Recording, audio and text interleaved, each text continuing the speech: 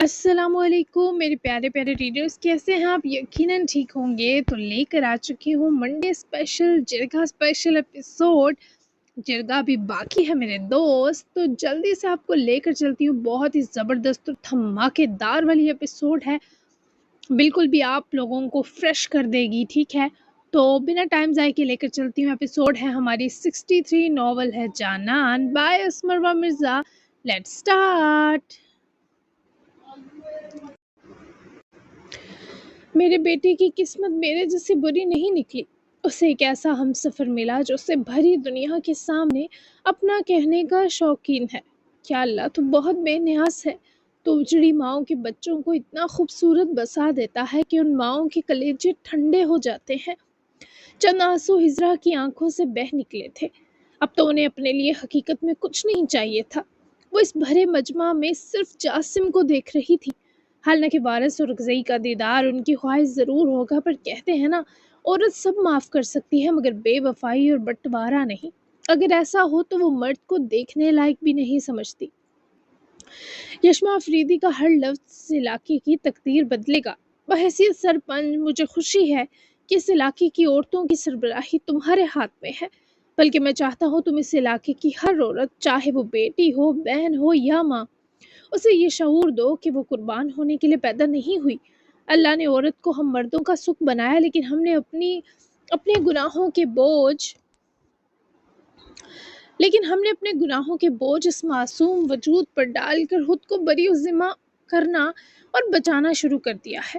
مرد اگر ایک درجہ عورت سے زیادہ بلند ہے تو اس کا ہرگز یہ مطلب نہیں کہ وہ جو مرضی کرتا پھرے اور اپنے کیے کا بدلہ وہ عورت سے وصول کرے۔ جاسم مرغزی اب سے اپنے تمام اختیارات واپس پا چکا ہے۔ اب یہ اپنی زندگی کے کسی معاملے میں یشما افریدی کی رائے کا پابند نہیں، ہاں اگر یہ خود نہ چاہے۔ جرگا اور یہاں کے معززین تم سے تمہارا فیصلہ جاننا چاہیں کہ جاسم بچے، کیا یشما افریدی کی معافی تمہیں قبول ہے یا مرحلہ سزا تک لے جانا چاہتے ہو؟ سرپنچ جنایت فردوسی نے اپنی رائے بھی دی، جیسے ان کے دل میں یہ سب مدت سے دبا تھا۔ لیکن آج جاسم اور یشما وجہ بنے کہ وہ اپنے اندر کی بات کہہ پائے۔ ہر کوئی جاسم کی جانب دیکھتے خاموش تھا۔ سب کے دل کی دھڑکنوں میں ایک ٹھہراؤ اور سکوت آ چکا تھا۔ یشما خود جانتی تھی وہ کوئی سزا نہیں دے گا، لیکن جاسم تو اس لڑکی کو ہمیشہ کے لیے اپنے نام لگوانا چاہتا تھا، پکی مہر کہ کوئی بھی یشما کے کردار پر آج کے بعد انگلی نہ اٹھا پائے۔ کوئی اسے دیکھے تو نظر جھکا لے کہ یہ عورت کوئی عام نہیں، ہاں جاسم مرغزی کی بیوی ہے۔ میں یشما افریدی کو سزا دینا چاہتا ہوں، اگر جرگے کے تمام معززین اور سرپنچ صاحب کی اجازت ہو تو۔ جیسا کہ یشما افریدی نے کہا کہ یہ میری ہر دی سزا قبول کرے گی۔ ویسے تو میرے ساتھ بنی دیت یا قصاص میں قربان ہوئی لڑکی جیسا کوئی سلوک نہیں کیا گیا، لیکن بہرحال مرد ہونا تھوڑی انا تو مجروح ہوئی ہی ہے میری۔ وہ اپنی خاموشی یشما کو دیکھتے توڑتا، ہر حاس و عام پر اپنی پرسکون نگاہیں دوڑانے کے بعد چپ بھی یشما کو دیکھتے ہوا، جس کے دل کو دھکا سا لگا تھا۔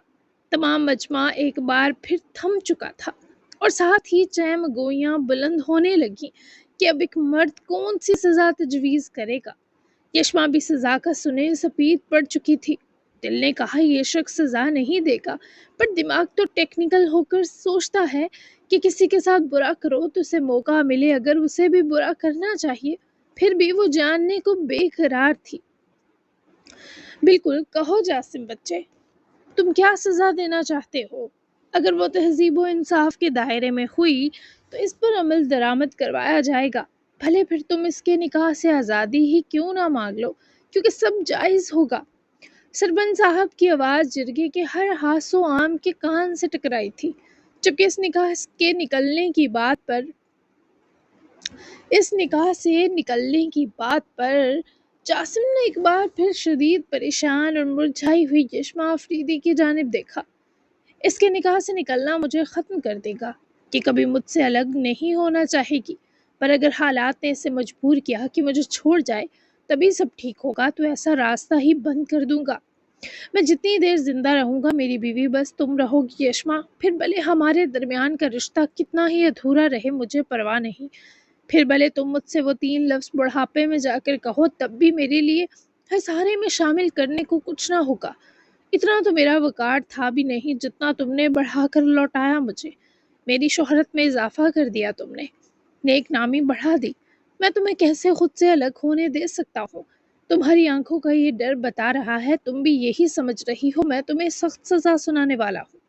نہیں جانان، تم میری سختیوں سے بھری زندگی کی واحد آسانی ہو۔ تم سے تو میں سزا کا لفظ تک نہیں جوڑنا چاہتا۔ سزا دینا تو بہت دور کی بات ہے۔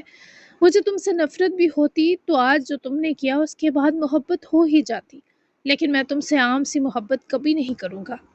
وہ صرف یشما کو دیکھ رہا تھا جیسے ان کی آنکھوں اور ان آنکھوں کی پلکوں نے ایک دوجے تک کا راستہ بنانے کو دو لکیریں کھینچ لی ہوں۔ وہ بہت سہمی ہوئی تھی۔ اس کے اندر سے سارے ڈر خوف نکالنے کا فیصلہ کیے وہ سب کی طرف دوبارہ متوجہ ہوا، خاص کر سرپنچ عنایت فردوسی کی جانب۔ یشما افریدی جیتے جی میرے نکاح سے نہیں نکل سکتی، نہ کبھی یہ اس رشتے سے نکلنے کی کوشش کرے گی، اور یہ شک ہمارے نکاح نامے میں درج ہوگی۔ میں اسے آپ سب کے سامنے اپنی شریک حیات کے طور پر قبول کرتا ہوں۔ یہی سزا ہے ان محترمہ کی۔ مجھے یہ فیصلہ لینے پر بہت خوشی ہے کہ یہ میری رہے گی۔ خاموشیوں کی کوہرام میں مزید گہرا سناٹا پھٹ کر پھیلا۔ یشما کی آنکھ سے اس سزا کے بھیس میں عطا ہوئے انعام پر آنسو رخسار پر ٹوٹ گرا، اور جاسم نے اس کی محبت آج پورے علاقے کے سامنے بھی دل و جان سے قبول کر کے بتا دیا تھا۔ وہ سچ میں ایک باوقار مرد ہے۔ نہ صرف یہ میری ہے بلکہ میں اس کے کردار کے اجلے اور بے حد شفاف ہونے کی گواہی بھی دیتا ہوں۔ مجھے سون بہا کے خود سے ہوئے حادثے پر ناز ہے کہ اس بہانے میری زندگی میں ایک ایسی پروقار اور پیاری عورت شامل ہو گئی جیسی میں تمام عمر چراغ لے کر ڈھونڈنے سے بھی حاصل نہ کر پاتا۔ تو جو فرد مجھے عزت دے اس کے لیے یشما افریدی کو عزت دینا ضروری ہوگا، ورنہ مجھے بھی آپ کی دی عزت و احترام کی کوئی ضرورت نہیں۔ میں آپ سب کو اس جرگے کی بدولت ہی ٹھیک ایک ماہ بعد اپنی شادی کے باقاعدہ جشن کی دعوت بھی دیتا ہوں۔ امید ہے تب تک ہم بہت سے معاملات حل کر لیں گے اور جشن ہم سب کا حق ہوگا۔ شکریہ۔ جاسم نے جرگے کی توقیر بڑھاتے ہوئے اپنی بات مکمل کی، جبکہ سدرا اورگزئی، نوراب اور زارون اورگزئی کی آنکھوں میں ہلکورتی نفرت یوں تھی جیسے وہ تینوں ہی جاسم اور یشما کے ٹکڑے کر دینا چاہتے ہوں۔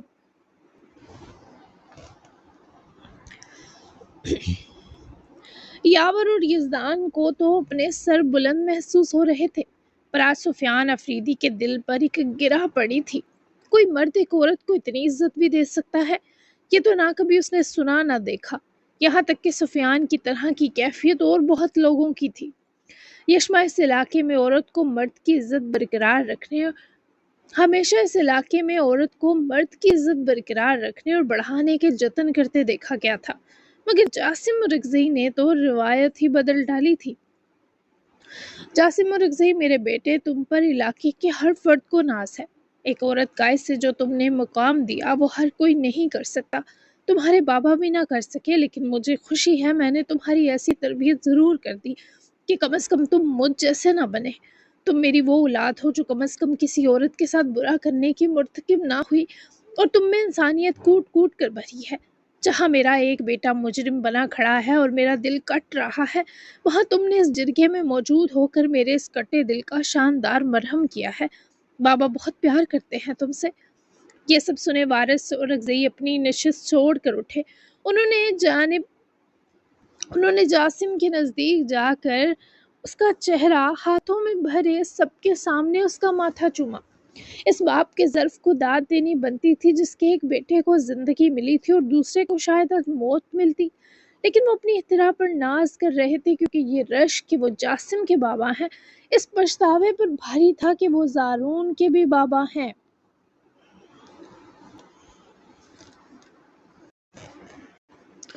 اس لمس کی ٹھنڈک نے ہجرا کے دل میں کسک جگائی کہ کاش وہ بھی آج جاسم کا ماتھا چوم پاتی۔ جرگے میں اس جذباتی گفتگو کے بعد سناٹا چھا چکا تھا۔ وارث اورگزئی، یہی آپ کی سزا ہے۔ میں خوش ہوں کہ آج کلیجہ آپ کا پھٹے گا۔ جبکہ ہجرا بالکل دکھی افسردہ نہ تھی، جس طرح ان کی محبت کو وارث نے روندا تھا وہ یہی سزا ڈیزرو کرتے تھے، اور کہتے ہیں کچھ ناحق زیادتیاں اتنی سنگین ہوتی ہیں کہ ان کا مکافات عمل دیکھے بنا موت بھی حلق سے اوپر نہیں جاتی، جسم میں قضا کا عالم ٹھہر جاتا ہے۔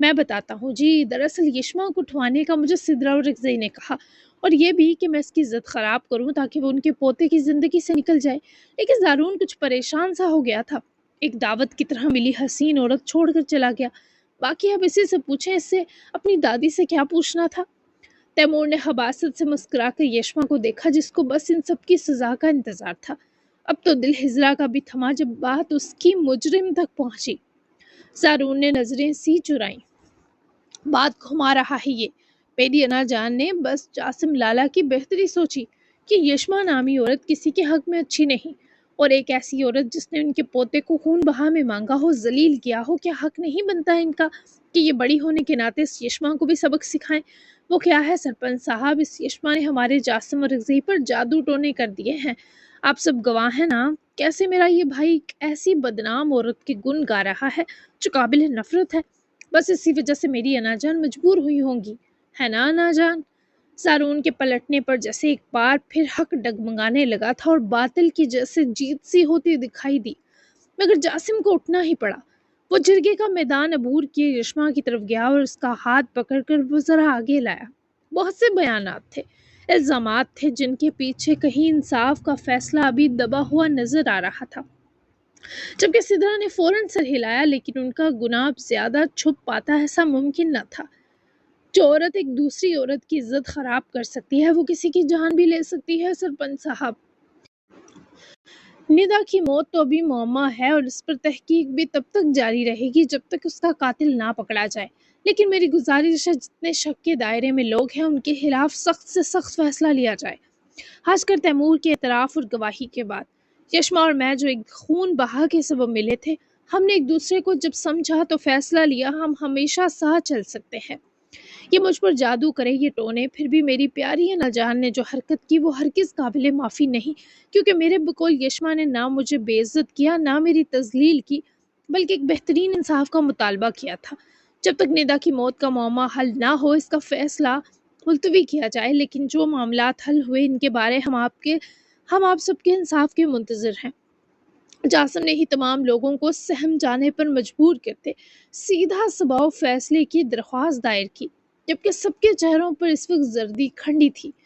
فیصلہ سنانے سے پہلے معززین اور خود سرپنچ صاحب جاسم اور یشما سے ایک سوال کرنا چاہتے تھے۔ تمہیں کیوں لگتا ہے کہ ندا کی موت خودکشی نہیں بلکہ قتل ہے جاسم؟ یہ الجھن عنایت فردوسی سمیت معززین اور کئی علاقے کے لوگوں کے ذہنوں سے الجھی تھی۔ صاف بیاں ہے، ایسی لڑکی جو اپنے 3 مجرموں میں سے رہ چکے 2 کو سزا دینے کا تہیہ کرتے ہوئے پہلا باہمت قدم اٹھا چکی تھی، اپنے بابا کے قاتل تیمور خان کو خون بہا میں مانگ کر یقیناً یہ اس سے بابا کی موت کے ساتھ ساتھ اپنی عزت کے ساتھ ہوتے کھیل کا بھی انتقام لینے والی تھی، کیونکہ اس ذلت میں ندا کو جھونکنے کی ابتدا تیمور خان نے ہی کی تھی۔ وہ لڑکی اس کی منگیتر تھی، منگ تھی، اس کے لیے قیمتی تھی، مگر اس نے اسے جوئے میں ہار دیا۔ وہ یقیناً زارون سے بھی انتقام لیتی، کیونکہ اس کے پاس کھونے کو کچھ نہ تھا۔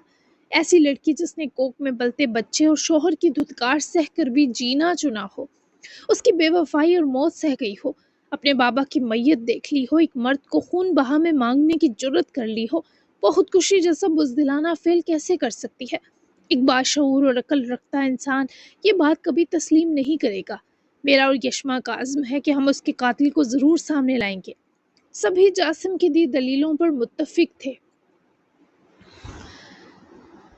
ہاں، جو مجرم تھے ان کے پیروں سے تو صاف صاف زمین سرکی دکھائی دی، بلکہ ان کو تو اپنی گردنوں کے گرد توق محسوس ہو رہا تھا۔ معززین اور بشمول میری یہ رائے ہے کہ اس جرگے کو 15 دن بعد تک ملتوی کیا جائے، اور جرگہ یہ فیصلہ سناتا ہے کہ تب تک زارون اور تیمور کو حراست میں رکھا جائے گا اور علاقے کے زندان میں قید رہیں گے، جس کی سربراہی جرگے کے اگلے سرپنچ کے دعوے داری چاہنے والے جاسم اور رضی کے ذمہ ہوگی، جو کہ اس کا امتحان بھی ہوگا کہ یہ ان 2 کو کیسے 15 دن تک قید میں سنبھال پاتا ہے۔ اور ہم چاہتے ہیں کہ ندا کی موت کے حوالے سے ان 15 دنوں میں تمام تحقیق مکمل کی جائے۔ اگر ان 15 دنوں میں جاسم اور یشما ندا کی خودکشی کو قتل ثابت نہ کر سکے تو پھر جرگہ اور یہ پنچایت اپنا آخری فیصلہ سنائے گی اور ندا کی موت کو خودکشی ہی قرار دیا جائے گا۔ زارون اور تیمور کی سزا یقیناً عبرتناک ہوگی، اور موت ہمارے نزدیک صرف رہائی ہے۔ ہمیں بھی وقت چاہیے عبرتناک سزا کو سوچنے کے لیے، اور ممکن ہے ندا کو بھی انصاف ملے گا۔ رہی بات سدرا اور رضی صاحبہ کی، ان کی سزا ان کا بیٹا اور شوہر ہی تجویز کرے تو بہتر ہے، لیکن ان کے اس عمل کے لیے ہم سب ان کے مرتبے اور بڑے پن کو دیکھتے ہوئے شدید مایوس اور برہم ہوئے ہیں۔ سرپنچ صاحب کا فیصلہ جہاں جاسم اور یشما کو بہترین لگا، وہیں مجرم بھی سمجھ رہے تھے شاید ان کی رسی دراز کر دی گئی، لیکن ایسا ممکن نہ تھا۔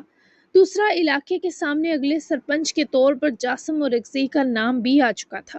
اگر وہ اس امتحان میں ناکام ہو جاتا تو یقیناً اس کے پاس علاقے کی سربراہی کا مزید کوئی موقع نہ رہتا۔ سبھی جرگے کے فیصلے سے مطمئن تھے۔ تیمور خان بھی مطمئن تھا کہ وہ کچھ کر لے گا، اور اصل خوشی سے زارون کے پکڑے جانے پر ہوئی تھی۔ تھا تو سر پھرا ہی۔ عزیز خان نے آخری بات سے گلے لگایا، لیکن پورا یقین دلایا کہ وہ اسے سزائے موت سے بچائیں گے۔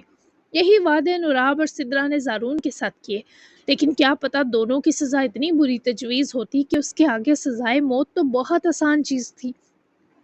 جو ان دو مردودوں نے کیا اور جو حیران افریدی کر کے مرا، تینوں سخت سزا کے حقدار تھے۔ سرکار پر ایک بار پھر ذمہ داری عائد کی گئی کہ وہ اپنے ان دو من پسند قیدیوں کی نگرانی پر فائز کر دیا گیا۔ سرکار اپنے لوگوں کے ہمراہ زارون اور تیمور کو لے جا چکا تھا، جبکہ اس وقت میدان میں کچھ ہی لوگ بچ چکے تھے، اکثر جا چکے تھے۔ بارس اور رغزی اور فرساد دونوں نے یشما اور جاسم کی حوصلہ افزائی کی تھی کہ اگر ندا کا واقعی قتل ہوا ہے تو وہ جان لگا دیں۔ سفیان افریدی کے دل پر پڑی کرا نے آج اسے بالکل خاموش کیے رکھا، اور وہ جرگہ ختم ہوتے ہی چلا بھی گیا، لیکن یزدان اور یاور ابھی بھی موجود تھے۔ مجھے آپ پر فخر ہے اپیا، کیا بولی ہیں آپ اپنے بندے کے لیے، اور یوں جاسم اور رغزی بہت لکی ہیں کہ آپ کو میری اپیا ملی۔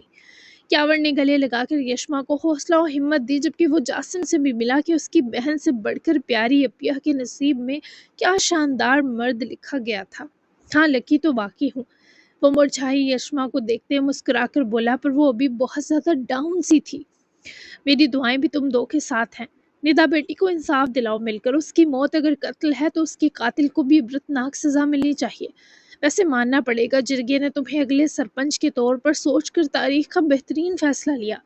اگر علاقے کی سربراہی انصاف پسند اور نوجوان ہاتھوں میں ہوگی تو یقیناً کسی کے ساتھ ناانصافی نہیں ہوگی۔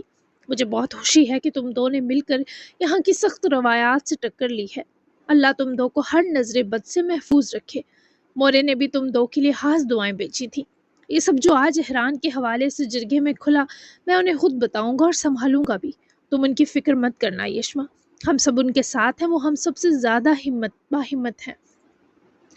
یزدان نے دونوں کو پیار اور دعائیں دیتے حوصلہ بھی تھمایا، اور وہ آخر پر ساتھ ہی روانگی کے لیے نکلے تھے۔ یاور اور یزدان کو سی آف کرنے کے بعد یشما اور جاسم نے بھی گاڑی کی طرف قدم بڑھائے۔ جاسم کی بیوی بہت زیادہ اداس لگ رہی تھی، شاید اس لڑکی کے پاس کوئی لفظ ہی نہ تھا۔ تم ٹھیک ہو یشما؟ وہ چلتے چلتے لڑکھڑائی تو جاسم نے بنا توقف اس کے اطراف بازو حصار کر اسے اپنے ساتھ لگاتے سنبھالا۔ وہ چہرہ اور نگاہیں ایک ساتھ اٹھائے جاسم کو جن محبت بری نظروں سے دیکھ رہی تھی، وہ بہت زیادہ مختلف اور یونیک تھی۔ کچھ دیر کسی خاموش سی جگہ چلیں، پھر حویلی جائیں گے، کسی جھیل کنارے، کسی کچی سڑک یا کسی ڈھابے پر، بس وہاں زیادہ لوگ نہ ہو، نہ زیادہ روشنی ہو۔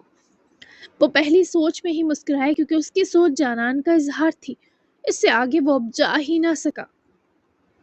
ایک جگہ پتا ہے مجھے، چلتے ہیں، لیکن تم ٹھیک رہو پلیز۔ ایک بار اور لڑکھڑائی تو وہ اس کی بات مکمل ہونے سے پہلے ہی سے رک گئی۔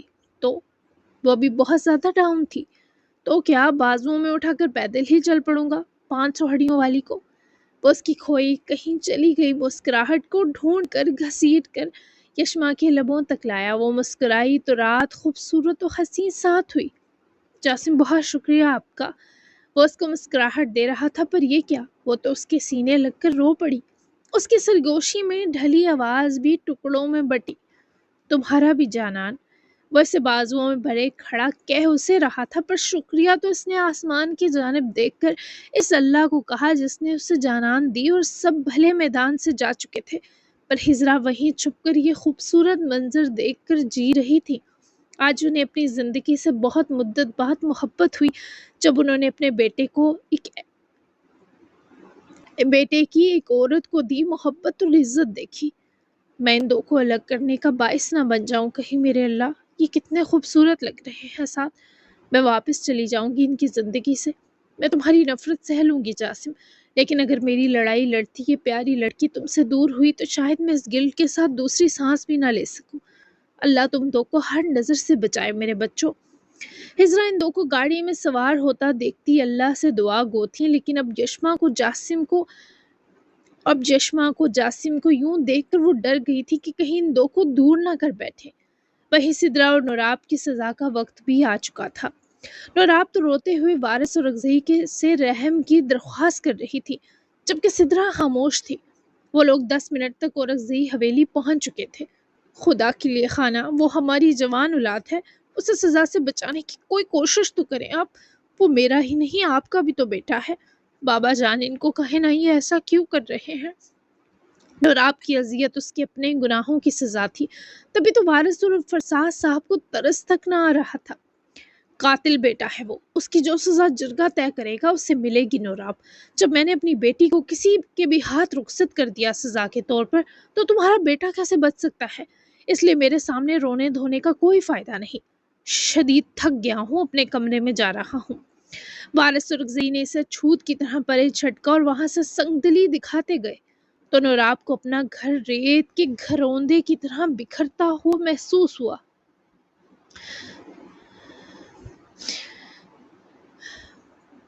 سدرا صاحبہ کو تو اپنی جان کے لالے پڑے تھے، وہ بھی آج نوراب کی تکلیف میں اس کی دلجوئی نہ کر سکی۔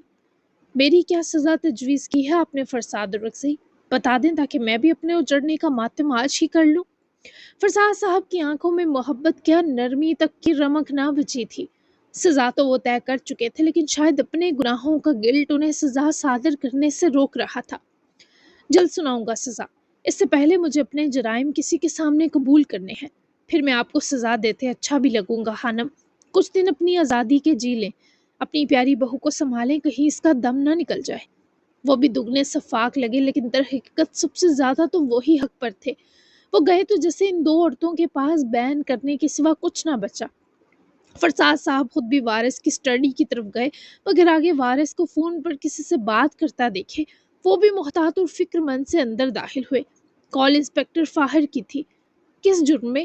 وارث اور اغزئی ہکا بکا تھے، فرساد بھی قریب آ رکتے پریشان ہوئے، لیکن اس بار انسپکٹر نے کچھ ایسا بتایا کہ وارث اور اغزئی کے چہرے کا رنگ اڑ گیا۔ کیا ہوا وارث، سب ٹھیک ہے؟ وارث کے فون کال بند کرنے کی دیر تھی کہ فرساد صاحب بےتابی سے پوچھنے لگے، شازیل کو پولیس نے جاسم کی کمپنی سے آج اریسٹ کیا ہے، انسپکٹر نے تھانے بلایا ہے۔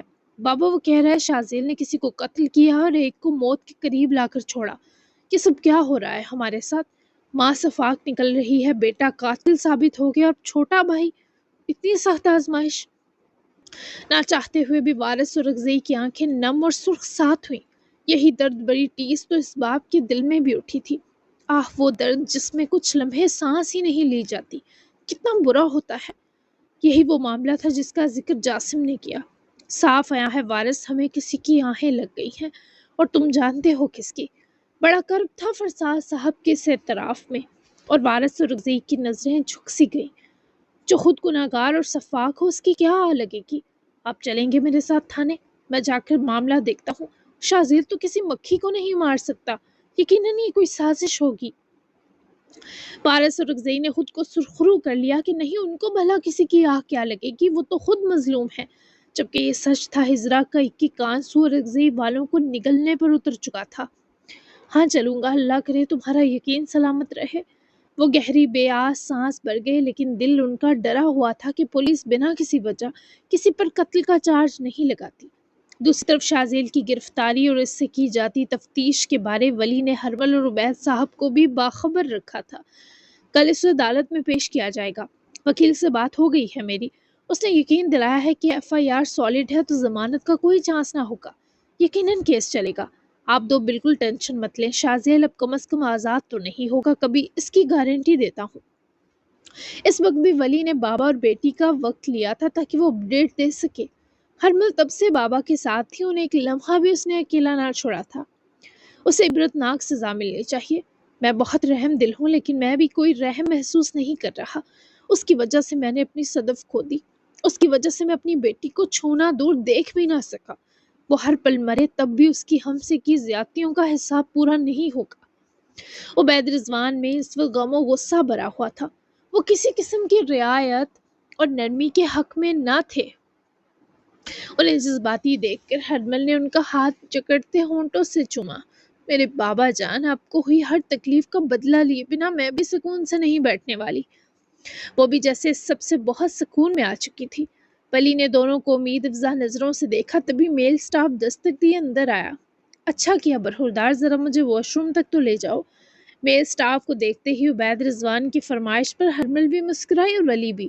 بابا، آپ ولی سے کہہ دیتے۔ ہرمل خفا ہوئی تو وہ میل سٹاف کی ہیلپ لیتے اپنی لاڈلی کی ڈانٹ پر حفیف سا شرمندہ مسکرائے۔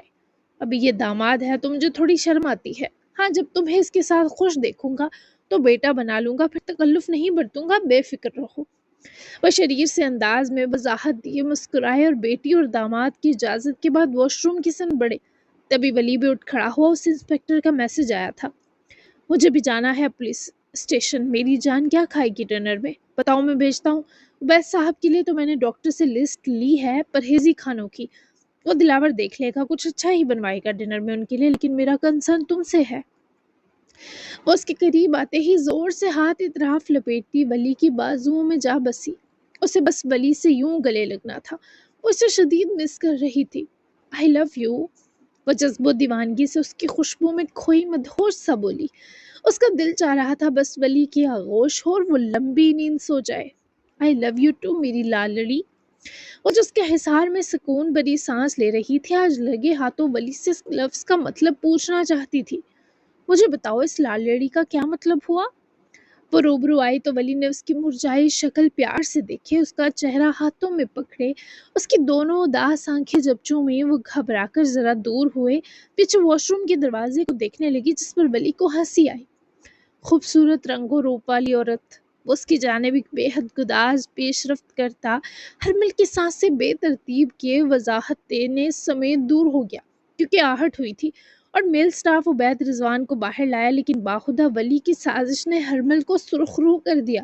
صاف پتہ چل رہا تھا اس کے ساتھ کوئی گستاخی سرزد ہو گئی ہے، کیونکہ اس کے دونوں گال سرخنار ہو رہے تھے۔ ابھی تو بس پیار بھرا ایک لطیف چھونکا آیا تھا اور اس لڑکی کے لب و رخسار پر رنگ چڑھا گیا۔ ولی نے یہ لمحہ جی بھر کر جیا جب وہ اپنے رنگ چھپا رہی تھی۔ میں تھوڑی دیر میں واپس آتا ہوں آپ دو کا ڈنر لے کر، تب تک بابا بیٹی کو اگین دی پرائیویسی۔ وہ میل سٹاف عبید رضوان کا بی پی وغیرہ دیکھ رہا تھا، تبھی ولی نے بھی اجازت طلب کی، جس پر عبید رضوان نے اسے پیار بھری نظروں میں لیا، رخصت کیا۔ ہرمل بھی بابا کو آنے کا کہے پیچھے ہی ولی کے بعد روم سے باہر نکلی تو وہ آگے کھڑا مسکراتا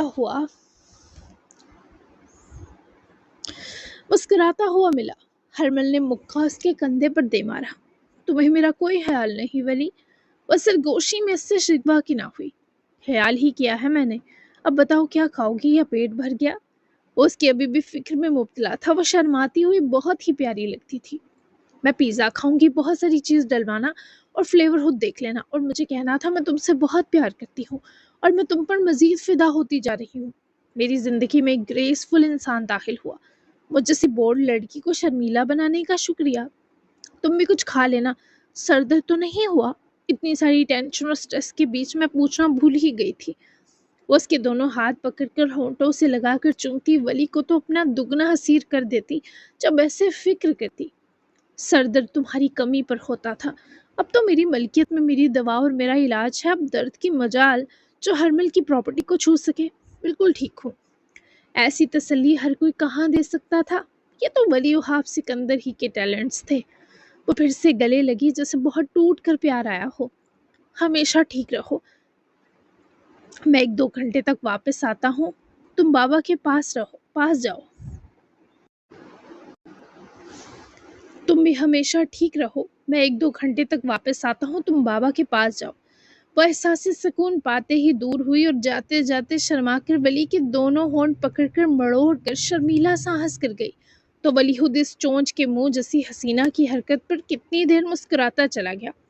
پھر جناب نے ہوش سنبھالتے ذرا ہاسپٹل سے روانگی پکڑی۔ اب تم دو جی بھر کر 15 دن ایک دوسرے کی منحوس شکلیں دیکھو۔ سرکان کے آدمیوں کے ساتھ جاسم اور خود سرپنچ عنایت فردوسی کے کچھ آدمی ویئر ہاؤس کے ارد گرد پہرا دینے والے تھے۔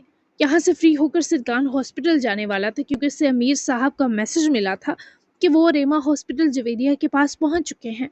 وہ امیر صاحب کو ساری تفصیل مل کر ہی بتانے والا تھا۔